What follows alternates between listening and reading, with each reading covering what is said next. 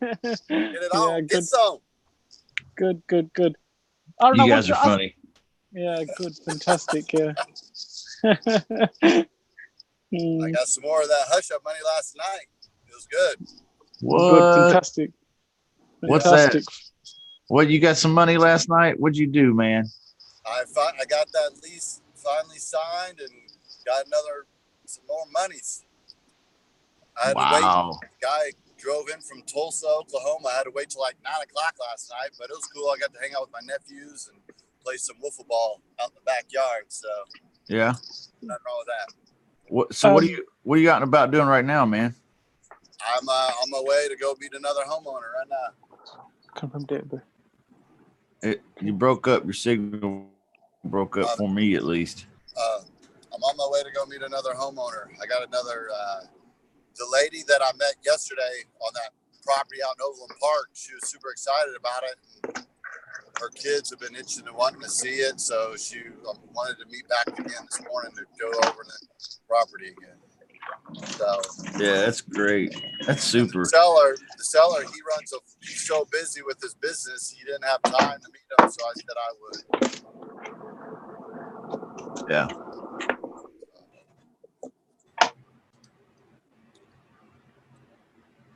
All right, guys. Hey, welcome to Real Estate Wholesalers Club. This is the live Q&A Zoom. He was kind of breaking up there. We lost the signal a little bit. Didn't mean to cut you off, Aaron. We couldn't hear you, man. And hey, guys, just as a welcome note, I'm glad everybody that's watching is watching too. Don't forget to hit us, hip thrust that like button and subscribe button, like Leon Lush says. And if you don't know who Leon Lush is, you gotta look him up on YouTube. He's absolutely hilarious. But anyway, yeah, like and subscribe, guys. This is the Real Estate Wholesalers Club, and this is our call or once a week Saturday session about real estate wholesaling and really all about you.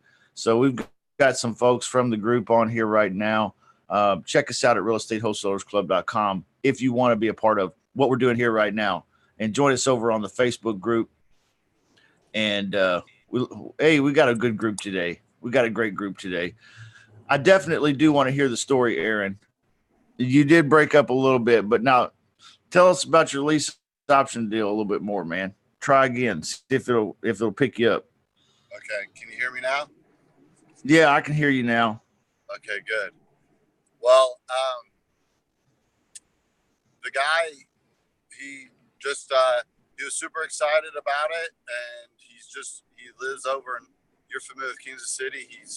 Lives over in Northeast Kansas City, and he was relocating. It was just a property. I thought it was going to be super hard to market this property, but it was probably, I've gotten more response and more people hit me up on it than ever, because it's way out there and there's not a whole lot of properties that are for sale or available out there, and so the guy was wanting to relocate, getting a better school district, because he lives in Northeast right now and he has a little kid, wanted to relocate out there for a better school district. And he hit me up and said, hey, I'm interested. I want to see the property. I said, you got a down payment? He goes, absolutely.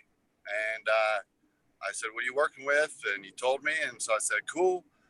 I said, well, I got this was last week. I go, well, I got 4 other people that want to meet me on Monday. If you want to meet me on Monday, he goes, well, if I came and meet you right now and give you $1,000 just for the start, would you pull it off and let me be the one to purchase it from you? I said, when do you want to meet? So he met me and gave me $1,000. This was middle of last week. And then last night we met and he gave me the rest of the down payment and signed all the docs, and I gave him the keys and everything. So yeah, dealed and dealed, done. That's another one in the hopper for you, man. That's super. Yep. Well, good. And now I'm on my way to meet the family on that Overland Park property, and I'm asking 10 grand on this one. So I'm looking for another good paycheck here on this one. Yeah, great. That's great news, man. I'm super proud of you. Super proud of you. Well, I'm super thankful for you, brother. It wouldn't be possible if I wouldn't have helped me and guided me to where I needed to be, man. Thank you. Hey, man, are those sunglasses camo? They're They were my pool sunglasses. I left my real sunglasses over at my sister's house yesterday. Don't be making fun of my shades. I used to have some fun camo sunglasses, man. I loved them. No These kidding. are my pool shades that got chlorine and crap all over them from playing in the pool yesterday. But I left my other ones at my sister's yesterday, so I had to put on the pool shades. Well, hey, an official congratulations on that second deal closed. Aaron is now on to his second deal, having it closed, and congratulations to him on that. Of course, that he's doing wholesaling lease options. I was thinking about wholesaling lease options, and I know a lot of people don't probably realize this. I was telling some new one-on-one coaching students of mine, hey, and by the way, guys, if you signed up for the one-on-one coaching this week, I ran a little promotion. I want to say thank you because I've had such a great response and I've had such great phone calls with people and, really looking forward to working with everybody. So anyway, I appreciate that. But yeah, I was thinking about wholesale lease options and I was telling some folks that are signed up for the one-on-one coaching that if I were to start over today, like if you were to drop me off in the woods with nothing, okay, what technique would I pick to get to a check first? And the technique I would pick is the technique that I originally started with. I didn't start doing ugly house wholesaling. I started doing lease options. So of course, back in the day, we didn't really, at least me, I never even heard of a wholesale lease option. So we were just putting sandwiches together. And, but at any rate, yeah, I would still do that today. Very much so. And in fact, we're launching a nationwide team right now to tackle wholesale lease options, both the acquisitions and the disposition side. And, Aaron here, he's a team captain. So we're really, really, really excited about that. I think that's going to be great. Going to love it. But yeah, I still love wholesale lease options. Let's I got a question. Does anybody have anything that they want to pop on here and share right away? I know most of you have your microphones muted, but if anybody wants to jump on here, you're welcome to jump on and participate. I do have a little question that I wanted to propose out there to people to kind of break the ice and get this all in a talking spirit. Now, the plan here today, guys, is to visit for a little while here in the big group. And then what I want to do is I want to go back to the breakout rooms like we did last week. And this week I'll hit the manual button where I can switch you guys around. Okay. And then I'll watch the chat and see if I can, if you guys maybe can indicate to me when you want to switch around and do some things. Or I'll just limit it to 5 or 10 minutes and then I'll switch the rooms around. So that way we all get to meet different people. We get to meet each other.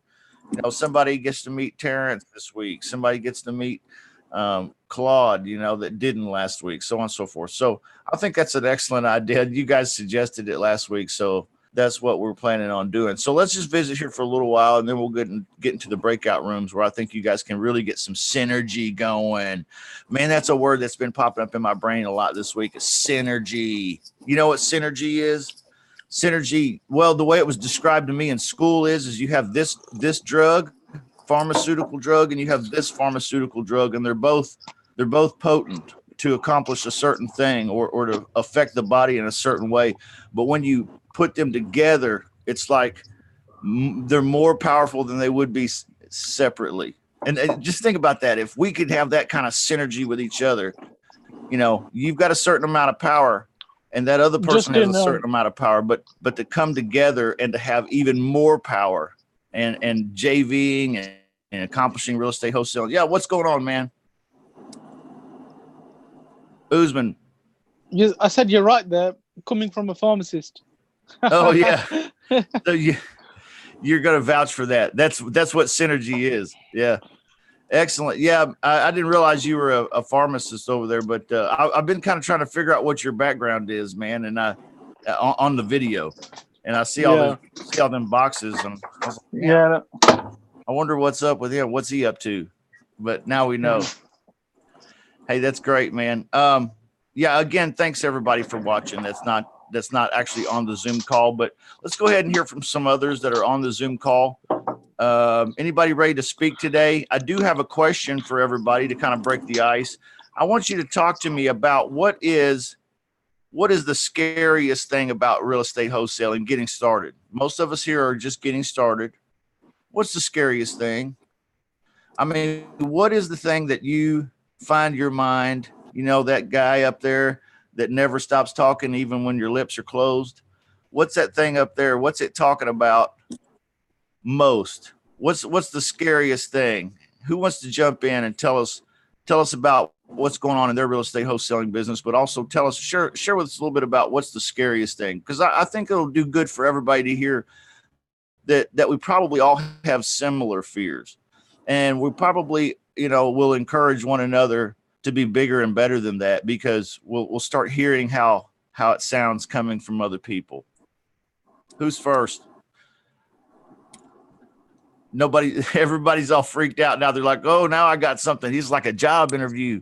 Hey, how about you, Claude? You're great to break the ice. Why don't you hop in here and talk to us? I've got you unmuted, man.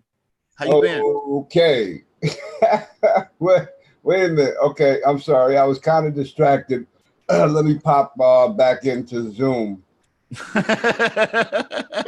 my bad. Hey, bro. Hey, what I was asking is what is the scariest part of real estate wholesaling for you getting started?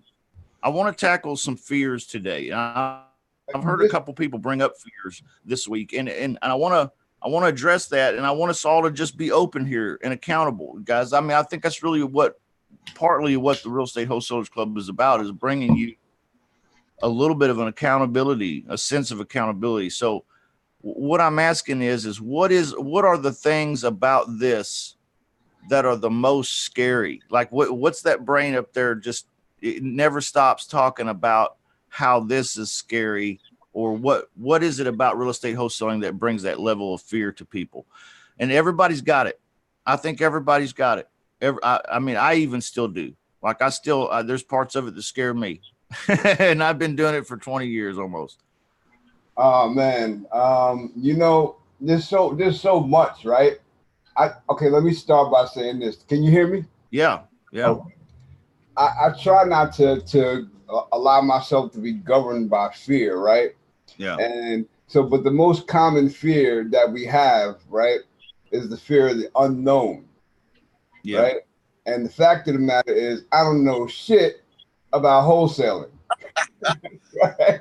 So, the truth, I mean, honestly, and I think that when you first come across wholesaling as a potential revenue stream, there's so many people talking about how great it is and how much money you can make and how low the barrier to entry is. But nobody's really talking too much about the finer points in the details and what it actually takes to do it right. And so for me, the scary part is wasting a lot of time, right? So currently I'm basically just running around bumping my head trying to figure out my path, exactly what I want to do. That's why I think it's great that, you have a program, Justin, that mentorship, the calls. I think it's great, and I plan on taking advantage of that. I think there's not enough of that on a one-on-one and a personal level, right? I see a lot of guys selling courses, a lot of guys inviting you to come to their masterminds or inviting you to come to their events, that are halfway across the country, and to get you to spend hundreds and hundreds of dollars on stuff. But nobody's like saying, look, this is what it is, man. And it's the same thing in affiliate marketing. That's why I figured, like, look, either I could do affiliate marketing or I could do wholesale. I'm going to put the same energy in. Yeah. Right? I'm going to put the same energy, right, which is a hell of a lot of energy, right? But the ROI with wholesaling is much greater, right? So my fear is like not knowing exactly what the hell I'm doing, right? And, trying to find my way to my first deal, Yeah. I can understand that. The fear of not knowing what it is that you don't know yet. Yeah, I've said it like this before. It's what scares me is not what I don't know. It's what I don't know that I don't know. That's what's, you know, yeah. And being able to get right to, you know, guys, I don't mean to sound like I'm plugging this because I'm really, honestly, I'm just about booked up where I think I've got one more slot left. But the one-on-one coaching, what I try to do with the people that come onto that is draw a straight line between where you are today and the money. Okay. That's really what I'm trying to do. So, you know, just get you super focused and do this task and then do this task and then do this task, develop this skill set, and we're off to the races. Okay. That's what I think coach helps with that, guys. I'm only talking about coaching from the reference point of somebody that has a coach. Okay. I have a coach. I have mentors, right? I have people that I listen to, that I study from. And believe me, I have spent hundreds and thousands of dollars to visit with people and to talk with people and to learn from people and to get their courses and books and all that stuff. Yeah. So, yeah, I don't know why I felt like I wanted to share that, but I want to let you know, hey, that it never stops, you know, learning. You never stop in the learning process. I appreciate you sharing that, Claude. That's good. I'm sure there's some folks here that can relate to that for sure. Yeah, Yes, go ahead. Just a quick one. Yeah, I think Claude's right. It's that unknown, the fear of the unknown and stuff. And like you're saying, getting to the first deal is like really important. One of the fears I've got, you know, like wholesaling is, it's like consistently hitting the figures every month. You know, like if you're aiming for 4 properties a month, getting it every month, and there'll be months where you probably hit more. There'll be some months you hit less, but it's just that consistency. Can it be done every month like that? Well, yeah, sure, yeah. That I understand that concern and that fear. Yeah. Can you be consistent with it enough? Can you make enough money on the regular to accomplish? Yeah, exactly. Yeah, that's the question. Like, what does your experience, 20 years experience, tell you? Like, my 20 years experience. Oh, it's really only about 18, to be honest. I say almost 20 because I guess I'm speaking evangelistically or something. round it up. I'm just rounding it up, but yeah, it's been probably about 18, but really it's only been about 5 years now, I guess, pretty close to full time. Okay. So before that, I did all kinds of other things and I tried other opportunities. I've worked in offices settings and corporate settings, and I've worked in bars, and I've worked in, I was a bouncer for a little while, for about 6 months, believe it or not. But all along the while I'm doing the real estate wholesaling. But the thing is it's been full time for me for about 4 years. So what have I learned from going from part-time to full-time? Well, here's what I've learned. I've learned that if I'm going to be full-time doing it, I can have no less than 5 closed deals on the board at all times, just to support me and my household. Okay. Is that per month? Then that's just per month, the nut. Okay. Now, what that means though is that I have to have 5 seller contracts on board, deals that I'm working. Okay. I don't mean closed and paid to me. I mean me and sellers, closed offers, right? Accepted offers, I guess I should say. So if I've got 5 of these, then I know that I'm going to cash out a certain number of those. Some of them will go by the wayside. That's just the nature of the beast. Yeah, some of them will go by the wayside. Some of them will not work out for this reason or that reason or the other. But if I have less than 5, I might not make a living this month. If I have 5, then I know I'm going to cash out 2, 3, 4, maybe all 5. Okay, maybe 1. I've had months where it's cashed out 1 out of 5. Now, what would have happened if I only had 3? Well, I probably wouldn't have cashed out any. Okay, so you see my point. The transition from part-time to full-time is the consistency of keeping a certain number of deals on the board.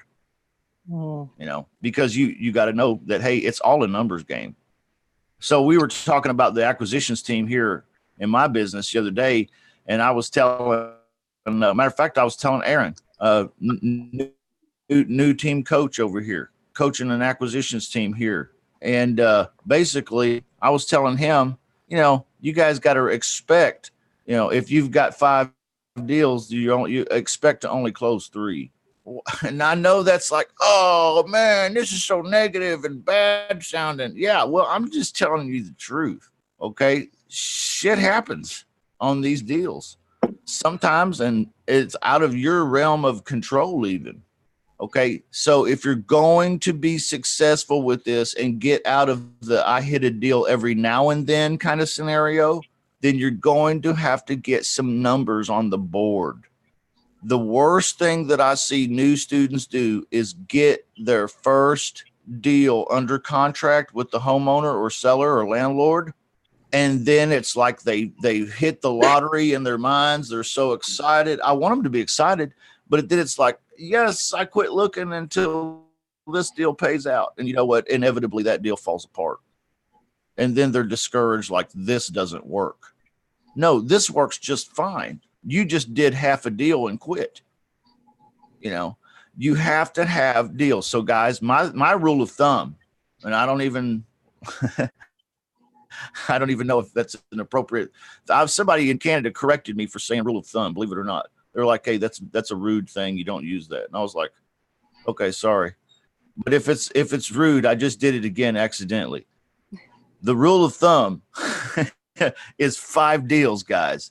5 deals. Keep 5 deals in the hopper, 5 agreements with sellers in order to make sure you're going to have consistent numbers in order to live every month.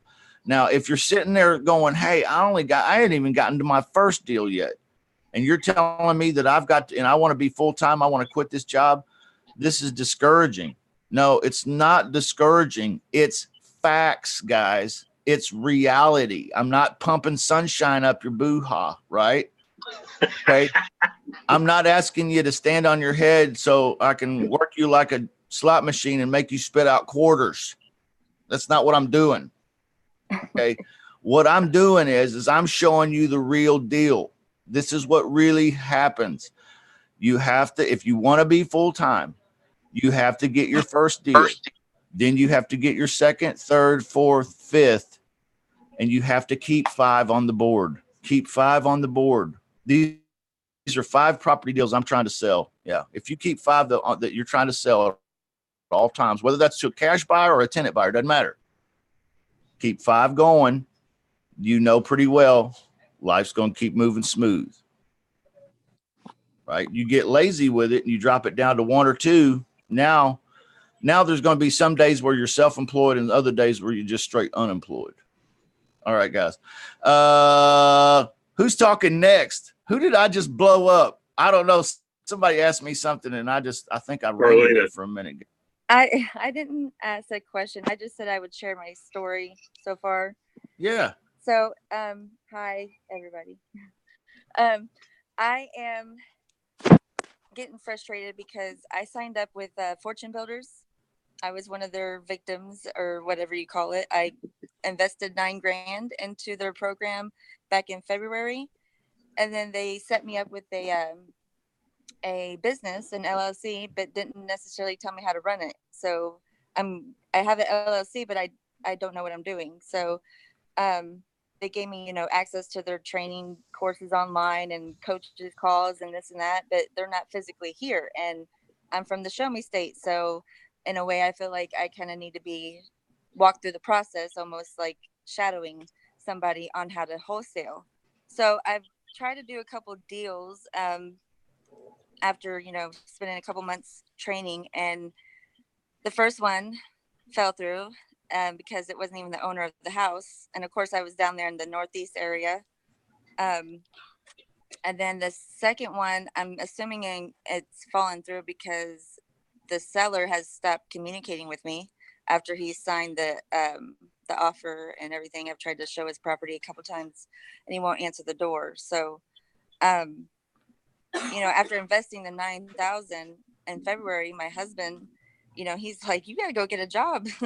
And that's basically what I've been trying to do, is get a job, because I feel like it's like a dead end. I've spent more money than what we can afford. And I don't know if my problem is being confident when I'm talking to the sellers. I mean, I've gotten them to sign the contracts. It's just the wrong people, the wrong sellers. And Yeah. Recently I met with Janet from the group.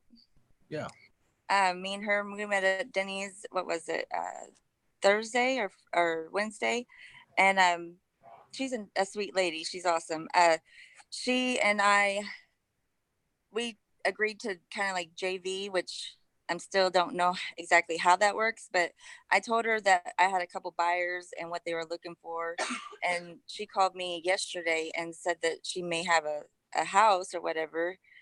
So I think we're going to maybe kind of team up a little bit from what I'm understanding, and just split it down the middle on profits. I have a couple buyers, but I don't have any sellers. So I got on Zillow, and I was thinking like I could contact the for sale by owners properties, but I don't really know what to say. Like, why would I convince them to go with me instead of a realtor? That kind of thing. So that's the fear I have. Yeah. Yeah, that's a good fear. That's a good fear. As far as fears go, and a lot of people could relate to that. And if I could summarize and what you said there, is that basically the fear is being able to get to a motivated seller, and put a deal together that'll actually pay out and make money. And, yeah, yeah, that will follow through, and not yeah. and because after doing two fails, it's like, what's the point if I can't even do this with the ugly house in Northeast? Then what makes me think I can go to like Overland Park and do this? So Yeah. I think you're doing ugly house wholesaling, if I remember right. Well, I'm still trying to search my options, but so far that's what I've tried to do. I was thinking about you and Janet the other day. I think you guys should consider doing the wholesale lease options gig. And I think it would help you with the marketing and getting motivated seller conversations. Hey, is Aaron still on here? Yeah, he is. Aaron's still on here, but he's probably he's driving. Hey, Aaron, can you can you share with us what it's like when you talk to an actual motivated seller? What's that conversation feel like? What's it like?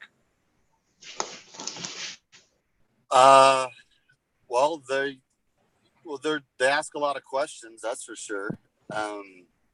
But I just, I mainly just explain their options, because a lot of them, like when I did my Zillow scrapes, and they just flopped their property on Zillow. They just need a tenant. They need somebody to fill that, that void. You just want to listen. I just listen to them, and I kind of fill out what their problem is, and I just try to provide a solution for them.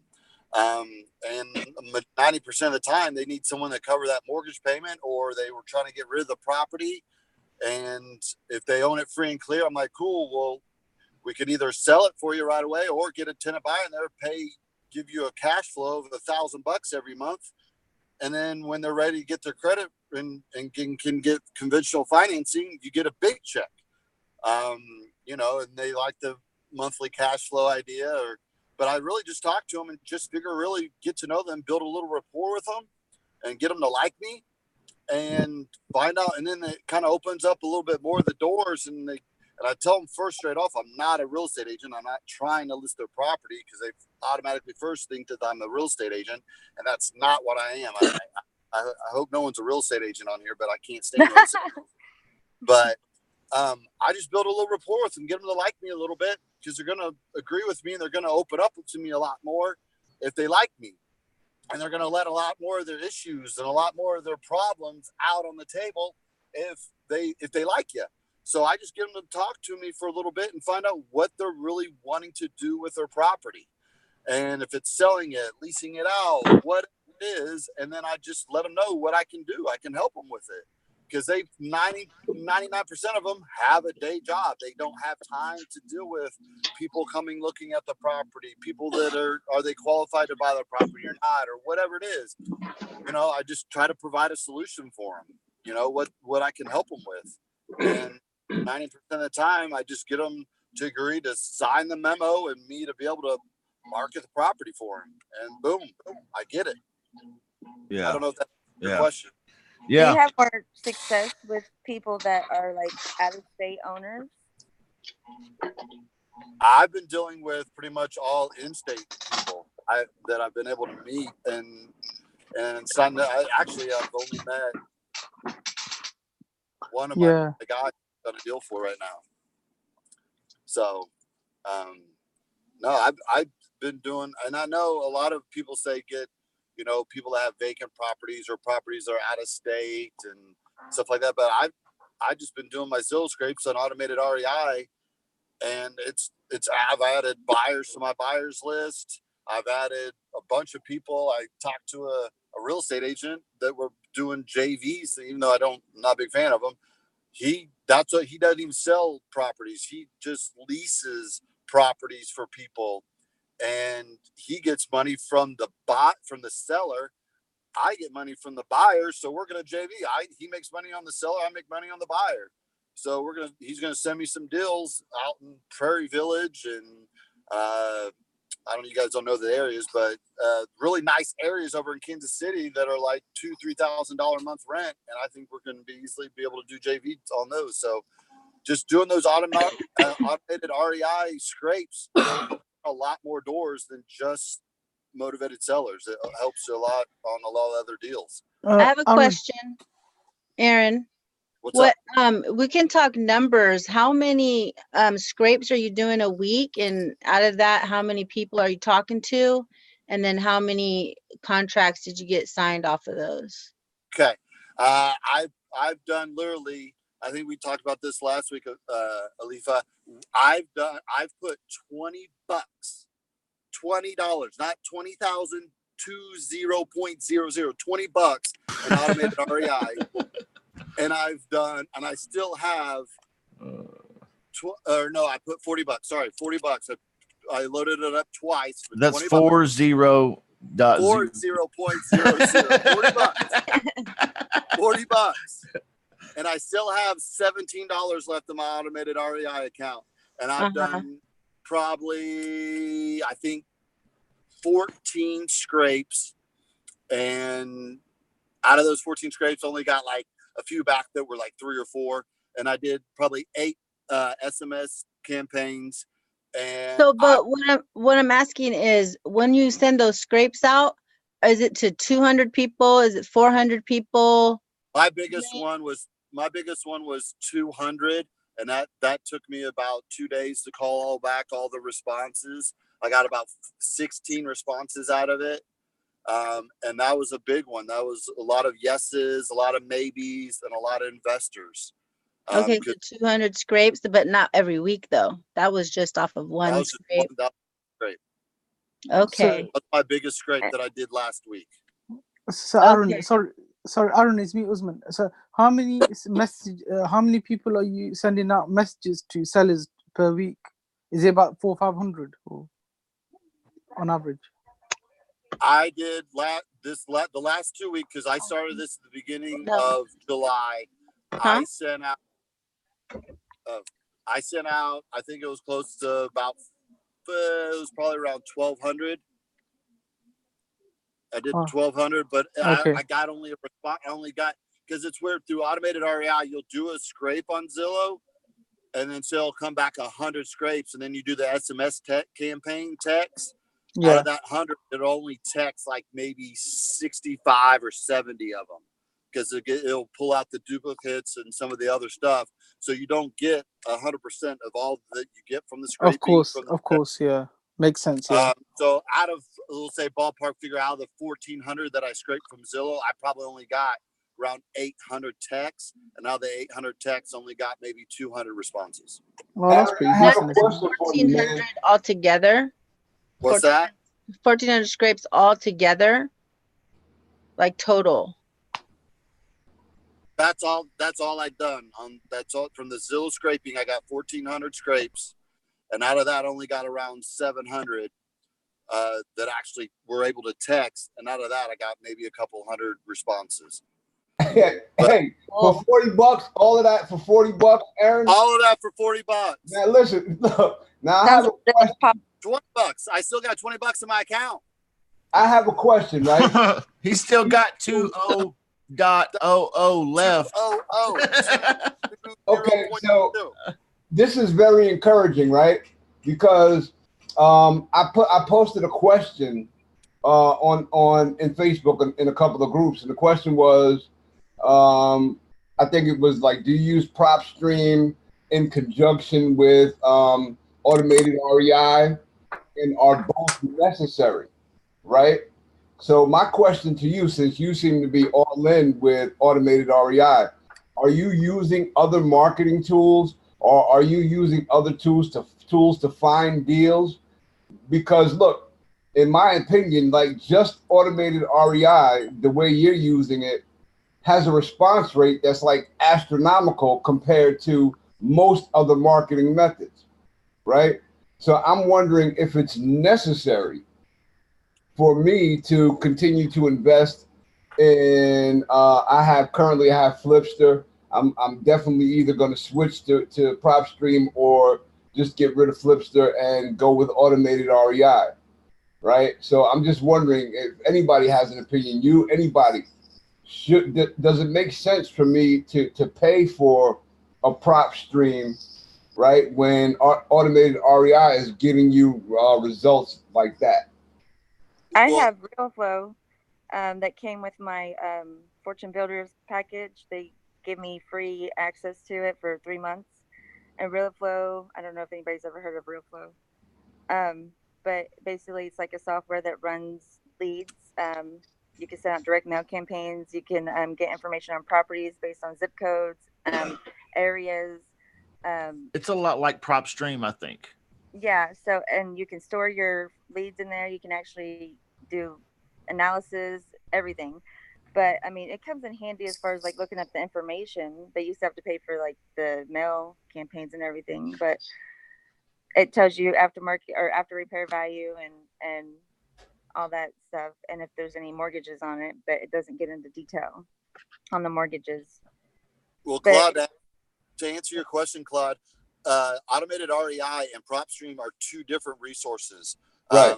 Automated REI for my Zillow scrapes to find my leads, and then the PropStream is to go in there once you get them, talk to the seller, and you want to find out what the property value is, how much the monthly rent, all that stuff is. So it's two different tools for two different resources.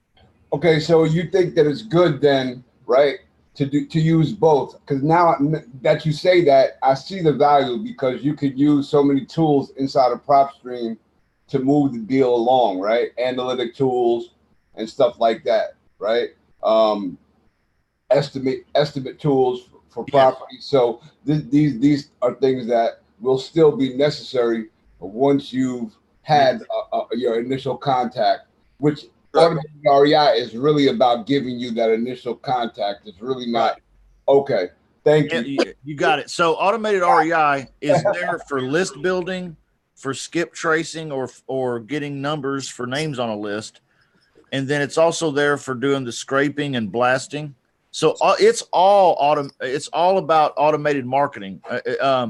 Now, on the PropStream side, that's all about data and information. Like, like on a property deal, what have you. We ought to do I don't know if we have time today, but we ought to do a little session on and just show them, hey, this is me inside automated REI. Hey, this is me inside PropStream. This is what they are. And so to answer your question earlier, Justin, what was my biggest fear when I started to get up was the technology. I'm an idiot, like you said. Like I don't even know how to do a Craigslist ad, okay? Yeah. And then Facebook and stuff like that. But automated REI, super, super simple. It is literally the easiest thing. Like once I went, I was on that call with you, Justin. I was like, this is all I got to do. Like I was like, button, go. Button, go. That's it. And then you get leads. And then if people say yes, call me. I want to sell my house. Call him. Aaron, Ryan, get on the phone with him. Rydub, yeah. get on the phone, man. Call him. Get out of your fear, bro. Call him. Aaron, just a quick one. I wanted to ask you, what time of the day do you send the text messages? Have you found a particular time of day works better? I do it on my schedule. I do my scrapes on automated REI right before I go to bed. I go through it. I go, what areas do I want to hit? Because I'm on the Kansas-Missouri border. No, I'm talking about So when do you send out the messages? I was gonna tell you. Sorry. I do it at night, so I get those back. So once I get those back in the morning, and then whenever I'm ready to work, I'm ready to pound the phone. I send a text out around 10, 11 o'clock in the early after or noon, whatever, after lunch. And then boom, I'll send it. And I sit there, I have my lunch as I'm eating my little sandwich, eat my Cheerios, whatever. Boom, I then bam, yes, no, yes, no, yes, maybe. I don't know if my home association will allow me to rent, blah, blah, blah. I just pick up the phone, I just start calling them, and I get a little sheet and I mark down who I'm calling and talking, who I got to follow up. I get my lead sheets and I just call all for and I have 4 or 5 hours. I just plan on pounding the phone. Fantastic. So, and whenever I do the scrapes at night for the next day for when I want to call, and I'm self-employed. I'm not unemployed. I got cash coming in. I got my hush-up money. You want to see my hush-up money? Okay, today's Saturday. I'm gonna do it. Like as soon as this ends, I'm gonna try it and do I'll use my husband's debit card without him knowing. But like I said, it's like 10. Like you could do a campaign on automated REI for $5. I'm telling you, $5, and you can get a good response. And I guarantee you could go find a deal today. If you go do a scrape, boom, get on the phone, call the people that come back and say yes, maybe, or if they ask you a question, and it'll come back on the automated REI, it'll come back a question. I just pick up the phone and I just get their number. I look up the property real quick. I see what the property is, what area it is. I kind of fill myself in on just a little bit. I don't research it too much. I don't spend a whole bunch of time. I just get on the phone. I call them right then and there, and I talk to them. But automated REI has RVMs too, ringless voicemails as well, or inbound messaging for voicemails, and you can use different phone numbers. Am I correct with that? I bought a phone number. I bought a phone number on there because if people do call back the number, they can leave a voicemail. And I did buy a number for that. I think it was $1. But it does not do outbound ringless voicemail. It does not do that. It only does outbound SMS or text right now. Got it. That's good enough. I mean, the leads, it's incredible, right? And from what I'm gathering, like the leads generation via text message is the amount of leads you get for a text message campaign is way better than direct mail, bandit signs, anything else. I think ringless voicemail, from what I'm gathering, right? Maybe another great way. But look, these text message blasts, look at the response rate that Aaron is getting. Yeah, that's totally encouraging, right? And Claude, can I say something to Carlina? Listen, I don't. Let me just make something clear. I haven't gotten a deal, right? I haven't even really talked to anybody. But you're so close, right? Just the fact that you had a couple of close calls lets you know how close you are. You cannot. Look, I would be so, like, if I was in your position right now, I would be balls to the wall, all go, no quit, because you know how close you are, right? And the truth of the matter is, it's always darkest before the dawn. Well, ain't that the truth? Ain't that the truth? Yeah. Don't quit. That's right. Good word, man. Appreciate that, Claude. Hey, Alepha, you've had your hand raised for a little bit. What's up? Oh, I think I had already asked Aaron. I was more about the numbers because I just added mine up and I've done about 1,100 scrapes. And I've talked to a lot of people. A lot of them I don't think are very motivated at this point. But I was just wondering about the numbers, because I know me and you talked about. Let me ask you, what are you saying when you talk to the seller? What are you saying? Going off of the script, like let's see. What's the script? What's your script? It's Let me hear different it. every time. So like right now, I just talked to a girl yesterday, and what's funny is I had talked to her before, and I guess I re-messaged her again. And the first conversation, we got on the phone, and I said, "Hey, we were talking on text about you interested in selling your home, and I just wanted to get on the phone and answer any questions you have and find out a little bit more about the property." And her question to me was, well, if they can't afford it now, what makes them you think that they're going to be able to afford it then? And I did I handled that one properly. But she didn't think I did and told her and she told me I wasn't answering her question. So we ended up hanging up and keep it pushing. So yesterday I contacted her again and I said, "Oh, hey," she goes, "Yeah, I'm very interested." So she gave me more information. She doesn't, her tenant just moved out. She doesn't want to do upgrades on her property. So she wants to try to get somebody in there, but doesn't want to have to do the upgrades. So I'm putting together some numbers right now because I'm going to send her an offer for a lease option. She wants me to come look at the property, but I don't know if I even want to do that. Like go meet her to go look at the property. Do you guys do that? Like the seller? I do. Yeah, Absolutely. I told her I would look at my schedule and go and find out a time to go meet her to go look at the property, but I haven't even got my numbers together or anything like that. So mine was more about the numbers, the question about the numbers, like Well, I just think it's where you're. I just wanted to hear more about what kind of solution are you providing them with their problem? What problem do they have? Let me throw you guys into a breakout room. You guys want to be in a breakout room? Don't put them in the breakout room because listen, I want to hear what they're doing. Oh, okay. All right. Wait, no, I'm just joking, Justin. I know you make this. That's a valid point. I did want to open the floor. I know Terrence hasn't spoken, and Janet and Kelly, and R-Dub, and I know R-Dub had some good things happening this week, and some of the others, and I didn't want to not leave them an opportunity to say something as well. But I want to hear what I have to say too. What's up with R-Dub over there in What's Ohio? Up, Can y'all hear me? Yeah, we got you now, man. Well, I mean, I love listening to you guys, all of you. Like Aaron said, the automated REI, Janet, I mean, I don't know, like numbers wise, I've done 2 scrapes. I did one with the for sale by owners and I got 25. 9 of them got back to me. And then I did a for rent the other day. I went to work, actually put it in. I went to work early the other night at 2:00 in the morning and I put it in real quick and I set it for 10 a.m. Man, you put it in for automated REI, you better get the saddle on because it's time to go. I mean, it's the real deal. I've got 167 out of that for rents, and I think 60 people responded to me. And I've had a lot of people want to know my whole name.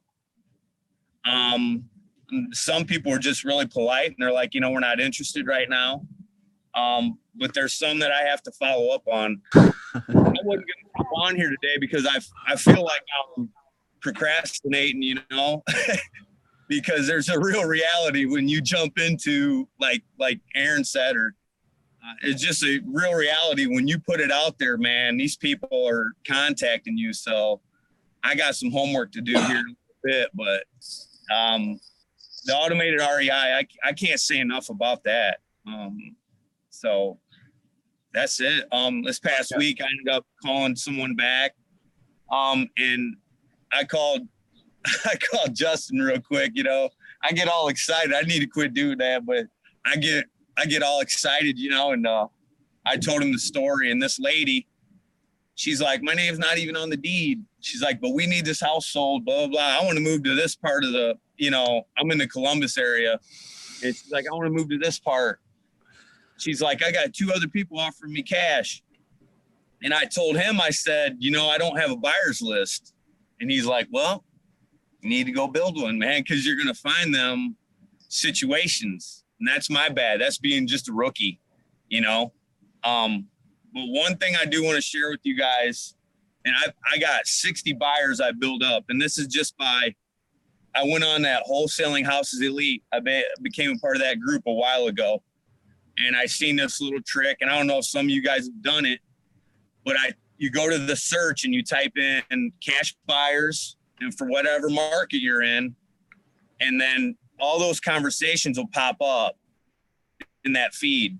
Yeah. So I just went through the conversations and I found, you know, when they're talking about, hey, I need a cash buyer in Kansas City.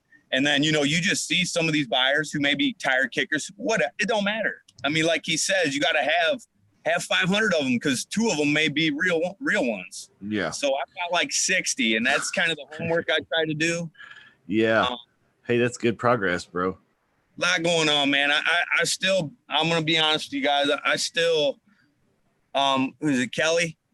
I think I seen your interview the other day about talking to people, you know. It's tough. It's tough. This business is real. I really believe it deep down in my heart. There's no doubt about it. But the biggest challenge, and I think you've said it too, Justin, I know you have. Everyone says it. Everyone that's living this stuff.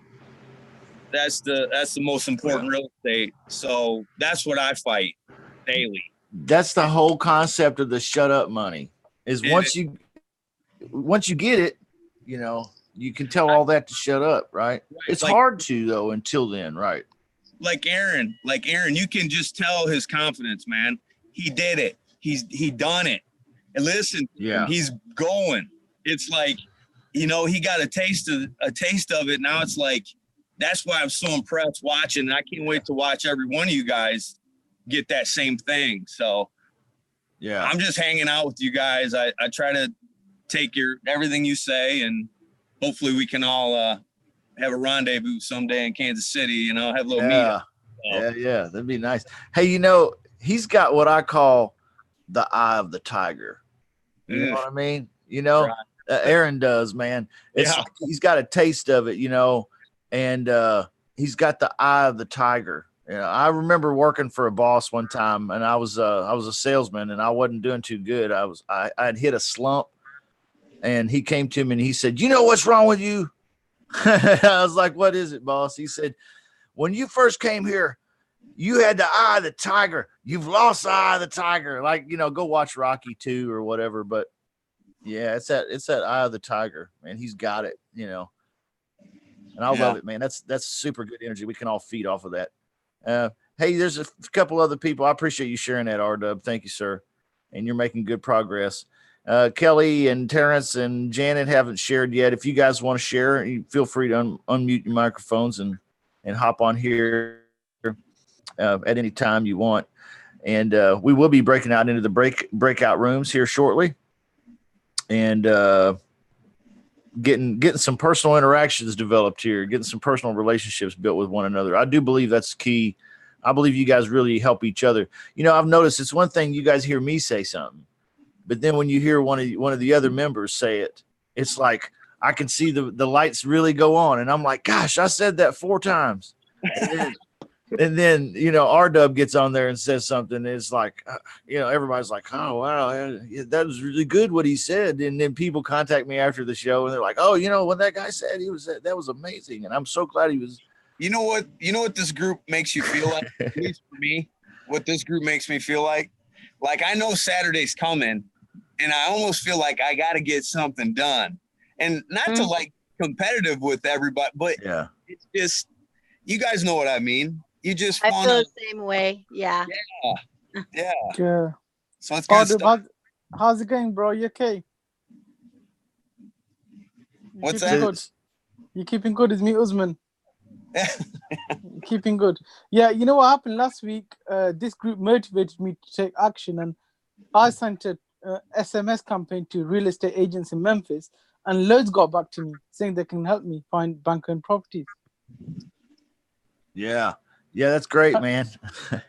You got spurred into action and reached out and he's working on bank owned stuff.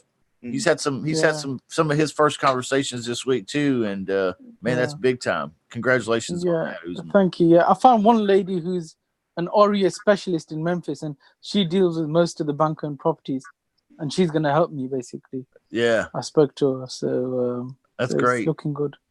Yeah. That's good. That's good. I'm glad that you're doing that, man, and I'm pleased with your progress. You've learned a whole bunch. You know, that's another thing, guys. Sometimes it's easy to get down on yourself because you have one objective in mind, and that's get to the check. And but what you fail to see, because it's a human nature thing, is how far you've come along the way in your knowledge and in your skills. And you don't recognize it, but Alepha, you have come a long way. You have come a long way, and maybe you haven't gotten to your first shut up money yet, but you've really come a long way. You've learned. Oh no, you're right. I have. I'm way more comfortable on the phone now with sellers, and I think I'm moving to the next level of looking more into the numbers and just being more comfortable on the phone. But yeah, you're absolutely correct. If it wasn't for this group and for you, I would still be running around like a chicken with my head cut off, like feeling like I'm going nowhere. So I feel like I'm going somewhere now, and I can feel that shut up money is around the corner. Yeah. Me too. It's around the corner for sure. You got to keep that. What's funny is, I've done it literally, but once I got that shut up money, I clipped a little piece of it up here on my what is it? Sun blocker, the visor. The visor. Yeah, on the visor, and then every now and then I'll just flip it down and I'll just drive towards that money. You know what I mean? I love it. I'm just driving towards that money. Yeah. Hey, Justin. Yeah. On your website, I seen you can buy merchandise. So I clicked on it. I never looked at it. And you sell that shut up money t-shirt. I actually thought about buying it and hanging it in my closet. You have the t-shirt? I'm buying it. Okay, guys. Okay, wait. Before you have go a shut out. up money t-shirt? I'm buying it too. I'm buying that shirt. I'm going to put it in the closet and wait for my first deal. I want one. You got to have a 3X, Justin, a 3X, man.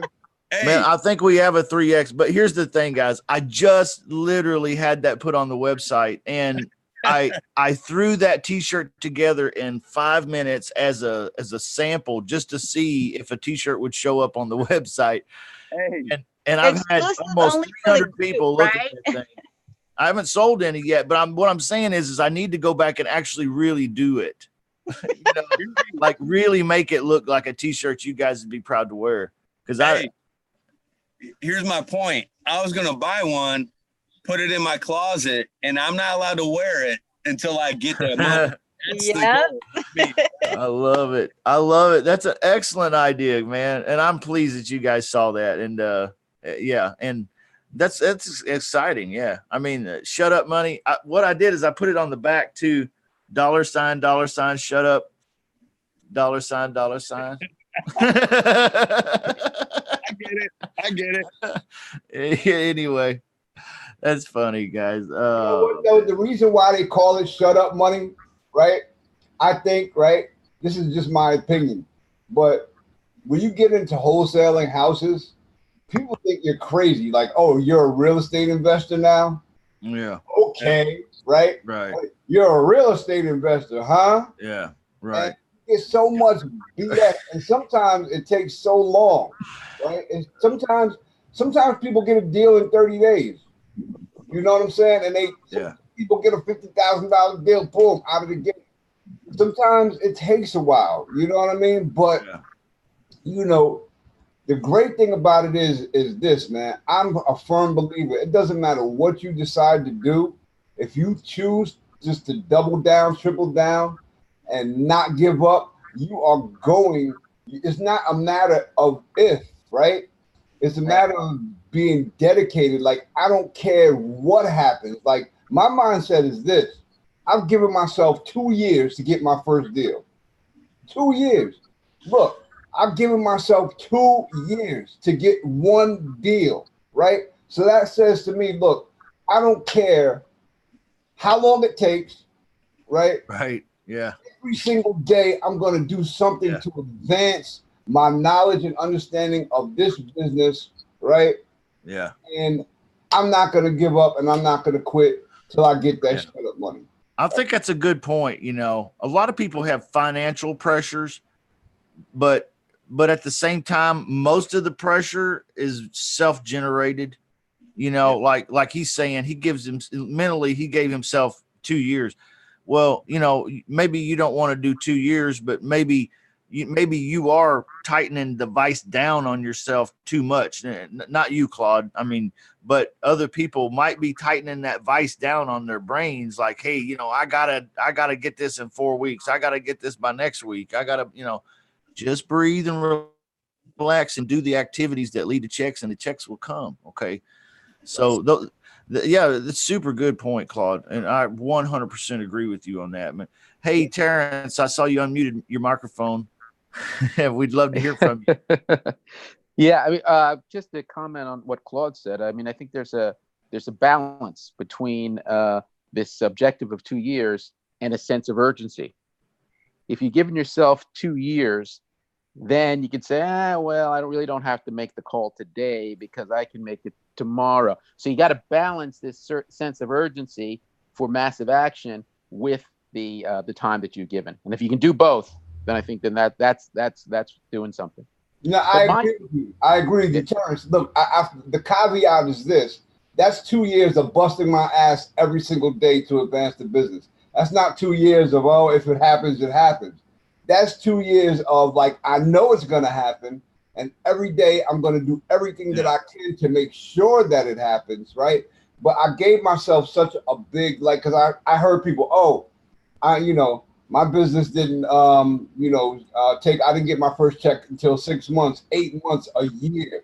And I heard this, right?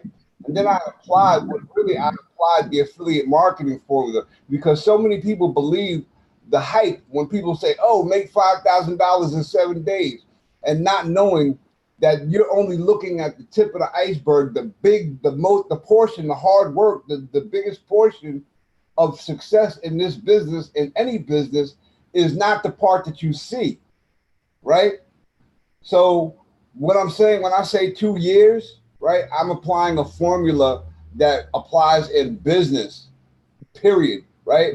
Because any business, before they turn a profit, has to be willing to operate in the red. But that doesn't mean they don't open the doors every single day, right? And go hard and make improvements every single day. So good point. Good point. My challenge this week was it seems that most of the folks are from the Midwest, outside of Claude. I know was in the city, and my initial target market, not because I've done the analysis on this particular area, but because I have relatives and potential boots on the ground in the Washington, D.C. metro area. So I said, okay, I have boots on the ground, then maybe that's the place I should start. But then doing some analysis this week on the property values there, the average size house, it varies between close to 300,000. We're looking at zip codes, close to 300,000 on average to over $1 million. And so these houses are sizable, and they're quite a bit above the national average. And so my question is, my thinking, and I'm still going through it, is yes, the the wholesale fee could be substantial when you're looking at a $300,000 or $400,000 house, but is that the best place to start? Even though I have boots on the ground, perhaps I should look at another, perhaps more lucrative market with more modest value houses. So I'm kind of bouncing that around in my head right now. Yeah, that's a good question.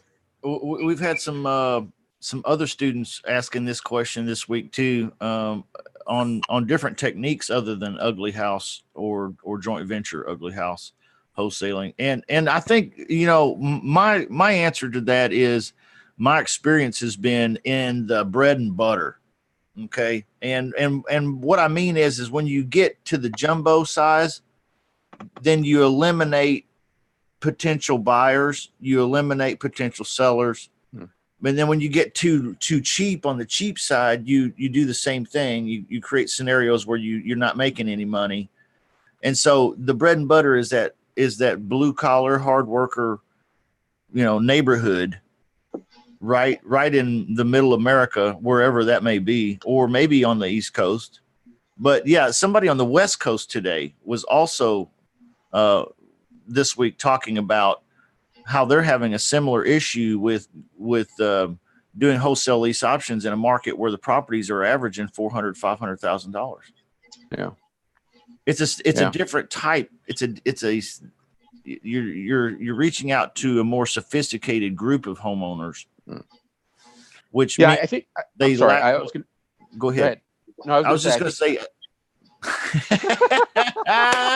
You first. I was going to say, I think breaking in initially may be a bit more challenging, but if you can have success in that marketplace, then we're not talking about $5,000 assignment fees. We're talking about $20,000, $30,000, $50,000 assignment fees. And so the question is it going to take 10 times as much effort to break in?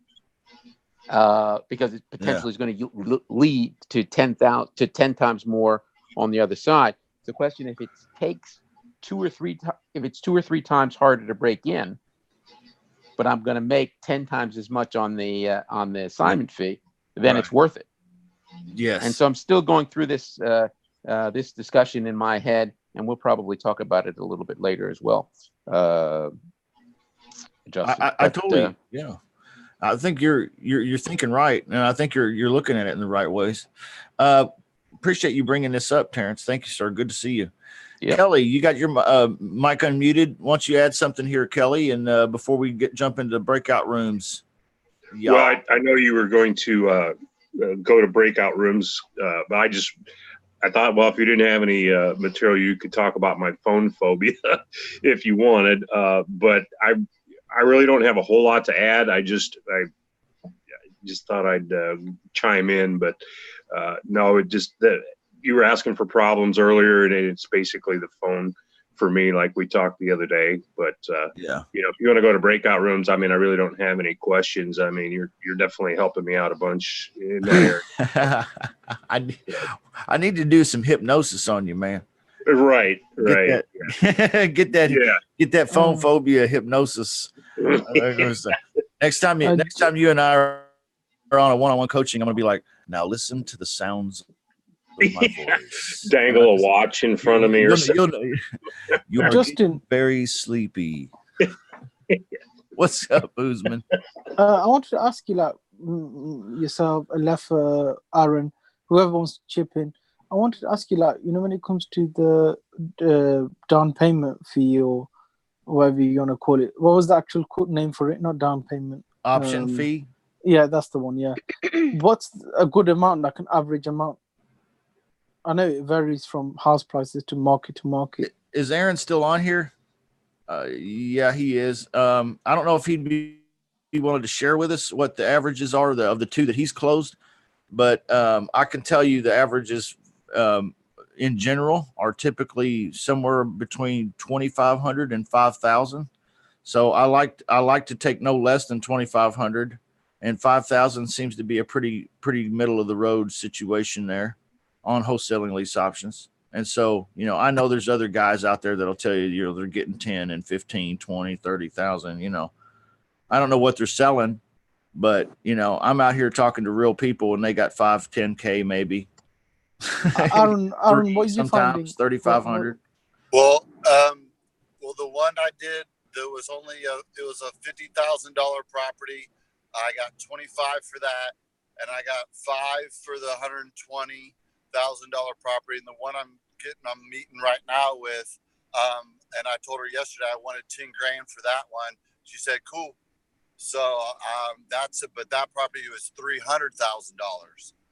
The purchase price, I got it from the seller at $295, and I'm going to give it to them for 305.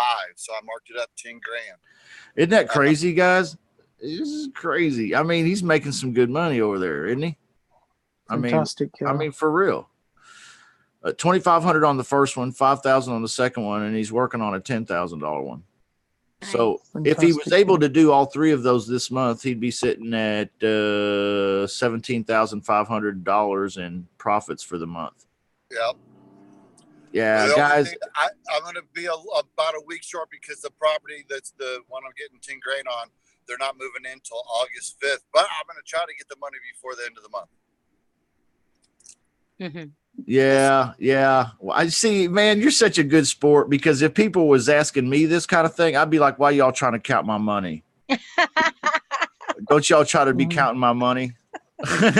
You know? Funny. Hey, I love you guys. Let's jump into breakout rooms. We've been here for Justin. Yeah, what's up? Before you go to breakout, I just wanted to offer up. I don't know if anybody's interested, but I was a certified residential real estate appraiser. So if anybody in your group has a question about valuating a property, any weird stuff, just I'll post on your thing if that's all right. Yeah. My email, and people can ask me questions. Please do. And I'm going to hit you up for that too, man. Thank you. Well, that'd be great. And I don't mind doing it. Like I said, I no longer do that type of work, but I definitely have, I mean, if you got a weird deal, pools, finished basements, stuff like that, anything you're struggling, any of you that are struggling with, trying to come up with a value of something, let me know. And I'd be more than willing to help, or, give you my 2 cents or whatever. So I just want to throw. Yeah, that's awesome. I appreciate the offer. Yeah. Put it down there and on the Facebook group, and, okay. And yeah, everybody, if you'd like help evaluating property values, things like that, then Kelly's more than willing to help you. Yep, for sure. All right, we got a question here in the chat too. What are the criteria? Actually, we got a bunch of stuff. I don't think we can hit all this stuff today, guys. Let's just get the breakout rooms, and I'll try to respond to these chats at another time. Hey, if you're watching on video, we're about to cut off on the video of the live feed, and everybody participating here can go right into a breakout room. But the live feed will end when we do that. But I wanted to say, hey, if you've been watching us and you like this, come visit us over at realestatewholesalersclub.com. If you're watching us on YouTube, hit the like button, hit the subscribe button, hit that bell notification so you'll never miss one of these or any of the other great content we try to put out here about real estate wholesaling. No matter what technique that is, whether it's wholesaling lease options, ugly house, pretty house, doesn't matter what it is. We're all about real estate wholesalers here. That's who we are. That's what we do. So anyway, love you guys, and we'll talk soon. Okay, let's go into breakout rooms, guys. And I'm gonna do this where we can move people around, and let's go ahead and do 2 to 3 people per room. So some rooms will have 2, and some will have 3. And all right, so I'm working on that right now. Let's see here. Who do we want in a group here? We want. I'm just gonna pick a couple people, and then we're gonna assign a couple more people to a different room, and then I'm gonna switch it around. Okay, so we get to have a little bit of a, I guess, variety in our lives. Okay, I'll call you back in just a few minutes, guys, and switch you around. Have fun.